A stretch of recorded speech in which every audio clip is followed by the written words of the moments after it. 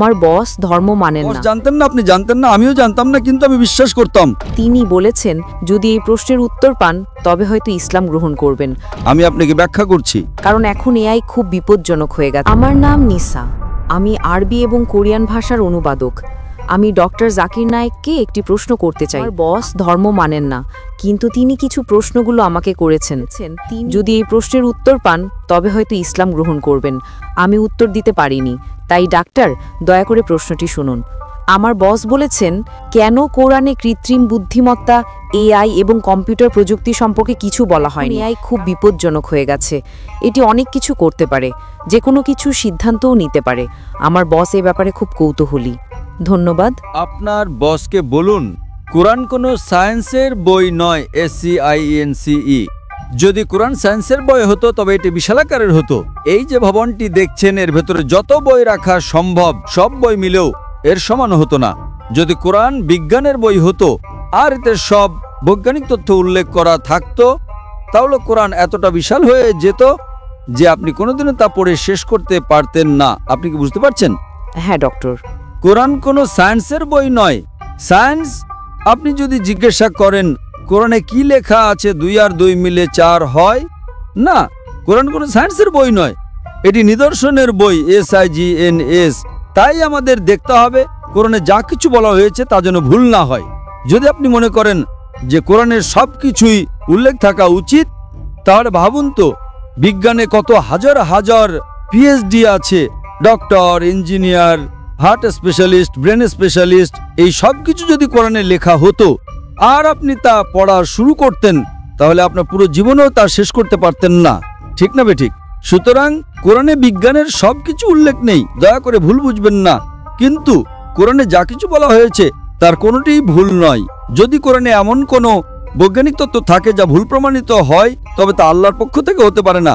আর যদি কোরআনে এমন কিছু বলা হয় যা বিজ্ঞান অনেক পরে, 200 বা 400 বছর পরে আবিষ্কার করেছে, তাহলে সেটাই মুজিজা। তাহলে প্রশ্ন হলো, কোরআনে AI এর কথা বলা হয়নি কেন? কোরআনে এটা কেন থাকা উচিত? কোরআন কোনো বিজ্ঞানের বই নয়, কিন্তু আল্লাহ জানেন ভবিষ্যতে কি আসতে চলেছে।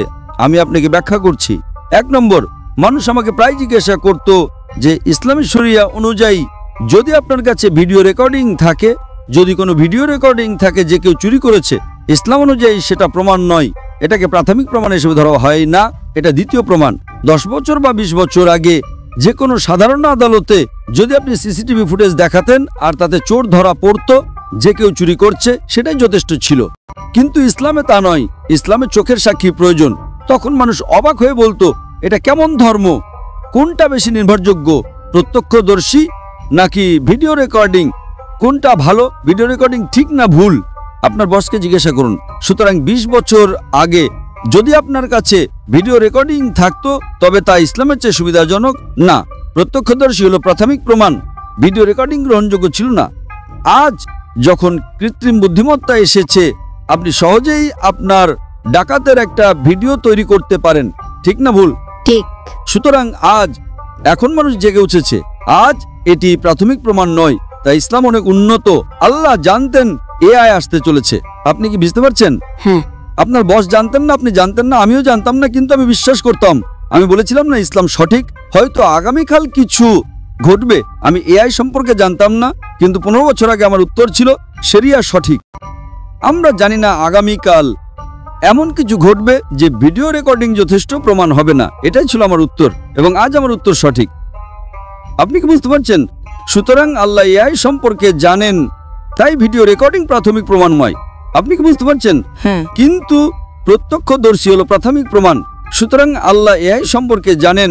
যদি তিনি সবকিছু লিখতে শুরু করেন, আপনি ছোট কোরআনই পড়েননি, আপনি চিকিৎসা, ভ্রূণতত্ত্বে সবকিছু সম্পর্কে কি পড়বেন? না, এটি টেলিগ্রাফিক মেসেজ। সুতরাং এটি ঈশ্বরের পক্ষ থেকে নয়, তা প্রমাণ করার জন্য আপনাকে ভুল খুঁজে বের করতে হবে। কিন্তু এটি ঈশ্বরের পক্ষ থেকে, তা প্রমাণ করার জন্য আপনাকে এমন জিনিসের কথা বলতে হবে যা মানুষ জানতো না। আপনি কি বুঝতে পারছেন? একেই বলে অলৌকিকতা। কিন্তু এখানে সবকিছু উল্লেখ করা হয়নি। আশা করি এটি উত্তরটি পেয়েছেন। আপনাকে অনেক ধন্যবাদ ডক্টর।